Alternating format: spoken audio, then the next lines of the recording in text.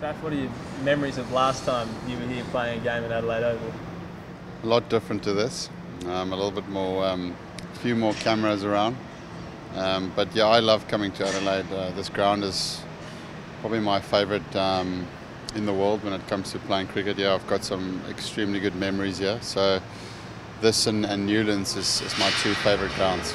Do you enjoy coming to play a series against a team that is under such pressure? Does that make it easier for you or harder for your team? I think it can cut both ways. When you come to, as I said, when you come to Australia, you feel like doing the press and the crowd and stuff. It's really a huge factor in Australia. So you as opposition have to know how to deal with that. It's a great place to come here as a young guy and learn all the other stuff that's happening away from the game. I think England and Australia is possibly the two best countries in terms of that.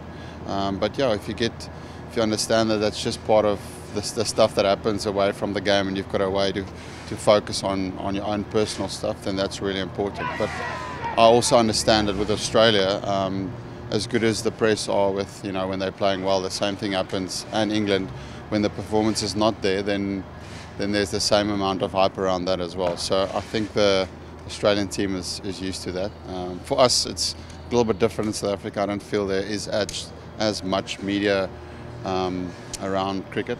It's not as, I suppose, a lot of TV channels or print magazines and stuff or newspapers, but it's definitely the most in England and Australia. So you've got to be pretty ruthless in international cricket. If you get a sense, you've got to kick the Aussies while they're down and make the most of it at the moment. I believe you have to. I believe that as I said, when you come to Australia or when you play South Africa at home, they are extremely good cricket team. And I said the same thing when we played them in South Africa in the one-day series there, that when you do get an opportunity, and hopefully we can play good cricket again and put some pressure on them, really start well. But if you do get an opportunity against Australia where you can put your foot on the gas, it's really important to try and do that, because it's not often you get those opportunities. This South African team, is it on the rise? Is the improvement there? You can see a new dominance coming from South Africa?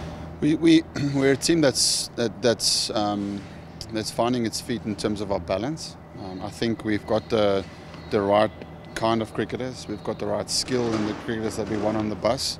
The thing that we've been, I won't say struggling, but that's been a challenge for us the last year.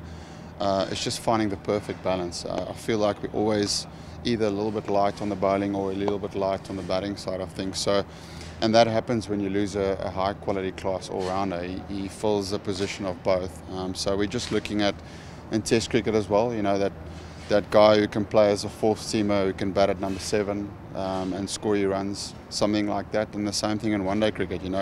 If we're looking at the kind of balance we have right now with the 4 quicks or the 3 quicks playing, your number 4th bowler is that all-rounder who needs to bat number 7.